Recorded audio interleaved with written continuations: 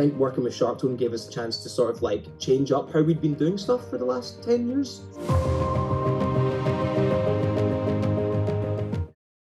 I would describe Vukovi to people that aren't familiar with us as we have changed a lot over the years, but in a sense that we've like learned a lot and developed a lot. Our music now is quite diverse. I think there's a lot of elements to it. When you've been doing this for, we've been doing this for like 14 years. So like where we started versus where we are now, the music has a lot of themes in it. It's quite heavy, but it's quite electronic. It's quite cinematic. We write a lot of music. We really like film scores. I'm a massive gamer. I love like gaming music. I love synth stuff. It's ultimately like pop rock though. Ultimately with like some weird themes mixed in with it to make it hopefully stand out to people a bit more. I mean, I grew up with that. My dad was a DJ in the 90s, so I grew up with a lot of that stuff, and Janine is massively influenced by 90s pop and early 2000s pop. It was probably discovering like my mum's CD collection when I was like a teenager, and she had like Radiohead and Nirvana, Nevermind, all these classic albums. I started to listen to those, and I would air guitar in my bedroom as a child. And I think my mum had told my dad, and my dad was like, "Let's get you a guitar." So I got my first guitar, my first Squire Strat when I was 13, and just became obsessed, man. Especially throughout my teenage years, I was like, I wouldn't leave the house. I would just practice for hours and hours. It's never really left me. It's like it's part of who I am now for sure. I'm interested in music in different ways now. I'm less invested in just guitar and more interested in just music as a broad spectrum of ideas. She loves a lot of stuff. Of course, Lady Gaga's a huge influence as well. I grew up with like the Red Hot Chili Peppers and Rage Against the Machine. So it's all of those merged with like some modern takes on like synth, electronic stuff as well. Before it was Vukovi, I joined another band that became Vukovi. So they used to be called Wolves. And then we didn't gel with the singer too well, so we kicked out the singer. And our drummer at the time knew Janine from school. So she came and auditioned for the band, and we loved her straight away. I'd never met her before. And there was four of us. We instantly clicked. And then eventually the drummer and the bass player just decided to leave and move on because, it's hard to make any money. That's the problem. And when you've been doing it for half of your 20s or more than half of your 20s, you do start to wonder, oh, maybe I should try something else. And I think that's what happened for them. They're good friends of mine. There was no falling out or anything like that. They left of their own accord. But me and Janine have never wanted to do anything else but this. You know what I mean? It's everything to us. Vukovi, our band name, is Serbian. The old band that I was in was called Wolves, and then our bass player at that time, when Janine joined the band, Google translated Wolves, and Vukovi was one of the translations, and we all loved it when he told us it. We get people that will direct messages on Instagram quite a lot, being like, "Why are you guys, from Croatia and Serbia?" And they'll be like, "Why are you guys called Vukovi?" Like, and we tell this story of the Google Translate story all the time. Everyone's shocked when we talk and we're Scottish. They're like, "What?" I think they think we're probably English or maybe American. I don't know. I mean, there's not a lot of like heavy rock bands in Scotland. It's not that big up here. It's weird. So it's been quite hard for us to sort of get out of that. But I think we've kind of done it now. We'll see. Hard to bring people into something, fully bring them in though, because this is still a business as well. Initially, Martin, the drummer we have now, came in to fill in for Colin, and it kind of just stuck and remained like a good thing. So we signed to Sharptone Records in like the end of 2022, who were like a dream record label for us, especially growing up. Tons of bands that we liked were on them, and they luckily gave us a chance with this album, and they signed us for this album.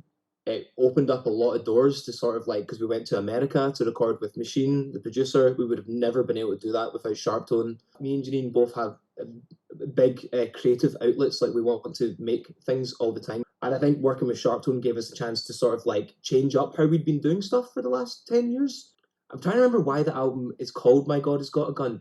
So that's the name of one of the songs on the album. That's like the latest single. And I think how me and Janine usually do this kind of stuff is like she writes all the lyrics. Like I don't write any of the lyrics. Like I think we were looking through her lyrics and we were just like, "My God Has Got a Gun" is such a cool phrase. Like it just, I don't know, it feels like it could catch on. Folk be like, "Oh my God has got a gun." Like it's just, it looks cool. I think it was as simple as that. We were just like, that's really cool. Like that's usually how these, lyrically to Janine, all of it has much deeper meaning. But I think for us, when we select titles of things, it's just like, that sounds good. it looks cool. I'm not a lyricist, like I write music, so for me, the meanings behind the songs are different. I'll write more just for what I think sounds cool and just hearing things that inspire me. But in terms of thematically for Janine, there's a lot of like hidden messages and stuff in it about like a murder case that's going on. So if you listen to the full album, there's voice recordings of like police investigation, like interviews and stuff like that. Janine loves adding a lot of like mystery, but the lyrics are more about her journey with like depression and finding her own confidence through that. There's a lot of subjects on the album. Like you kind of need to go and listen to it and dissect it a little bit for yourself to really figure all that out as you go older. And you know what it's like, man. It's like I think a lot of people are really struggling these days. It feels like with just anxiety and depression and their sense of worth, and it gives Janine a platform to talk about that. And so for recording this album, originally we wrote a lot of the album together in Janine's flat. So she has a spare room and a kitchen, and we would work in the separate rooms, then meet up in the kitchen, and we'd go over all the demos together. So that was the first part of it. And then we got together with our drummer and made sure we could play them together, all of us together in a room. And then we flew out to Texas, recorded with Machine at his, and we went there for a month. We just got to work with him, which was a new experience for us. Like you get in a room with him and you set up in a circle and he stands with a mic and he's like shouting at you, like, you know, like for inspirations. And like it's the coolest way of working on an album I've ever done. We've never done anything like that before. So then it's usually just like we'll do the drums first, then we'll do guitars and instrumentation, and then vocals. That's usually how we do it, but we mixed it up a wee bit. We kind of did a bit of everything on this one because our drummer only stayed for 2 weeks, then he had to go home. Then me and Janine stayed and finished the whole album recorded in Texas in 4 weeks. The most satisfied I think we've ever been, honestly. Yeah. I'm not very good at being like proud of stuff we've done. I'm always like, what's next? What's next? But I'm really proud of what we've done before. But this album I am particularly proud of because we went out of our comfort zone to America, which was crazy. We would never met Machine, the producer, before in person. Do you know? We just hoped we'd get on with him, and he picks us up, you know, and you just have to hope you all get on. And so the reason we recorded with Machine in Texas was because there's a band called Unpeople. So they used to be in a band called Prestamico, who are a band from the UK, and they recorded with him. So we had like a mutual in to talk to him, and all of their stuff just sounded so good. Like the Unpeople are a new band. Prestamico became Unpeople, and they've got some new members, and they've rebranded and rewritten everything, and they're fucking amazing. They're like the best band. And we heard their first single, and we were like, "This sounds insane! It just sounds so good."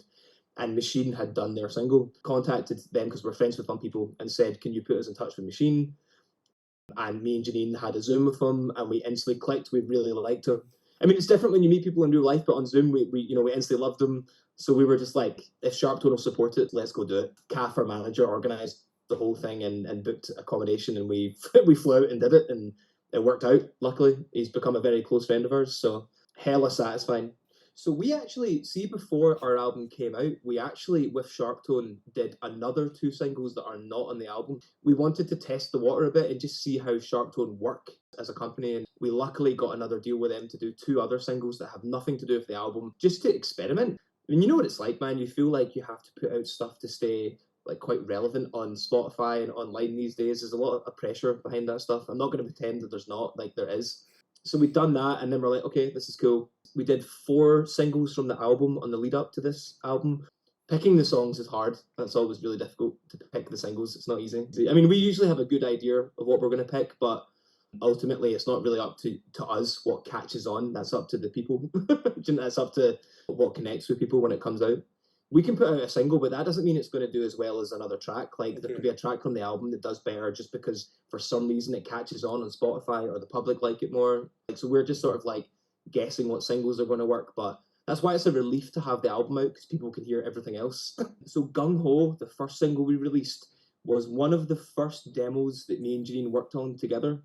And that song, since the start, had always stuck with us as a song that will probably become a single. Like we kind of knew since the demo that'll probably be the first single, and we kept it as the first single. So that, and then Misty Ecstasy, the single after that, it's the opposite of Gung Ho. It's like really upbeat, poppy, like happy. It was a nice sort of yin and yang to Gung Ho. It's just different. Basically, we wanted to try give a bit of different tastes of the album. Like we didn't want to release singles that were all the exact same. We didn't overly think about that either. Me and Janine honestly just kind of go like, this is the song that we like right now, so we want to put this out. We're not really strict about it. We also don't try and write music to appease to anyone. Like, we try to be clever with our songs to an extent, but we don't write music to try appeal to anyone in particular other than ourselves, because then I think we would lose the passion for it quite quickly.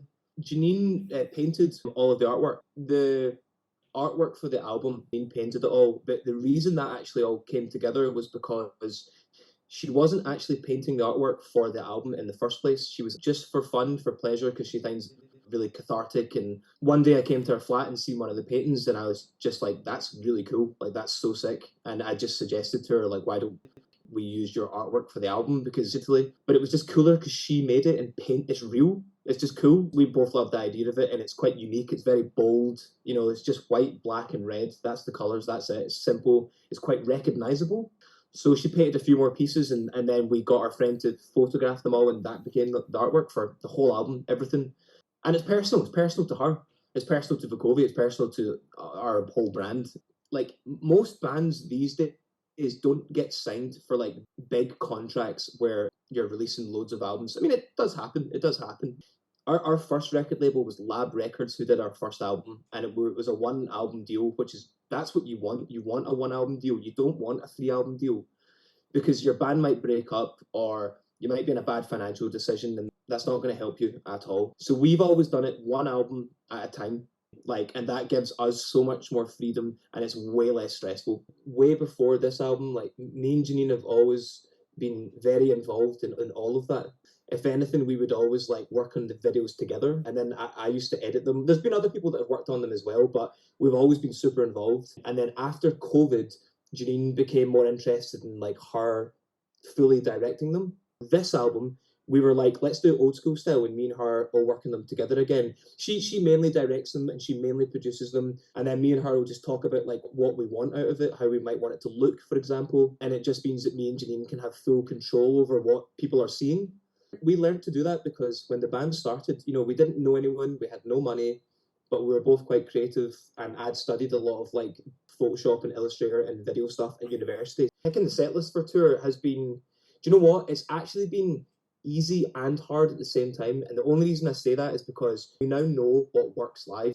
Once you've played hundreds of shows, you learn what works and what doesn't work. There's certain songs that you just 100% always put in the set list. Picking newer songs is harder because you don't really know what's going to catch on, and it's too early to still say, if I'm being honest with you.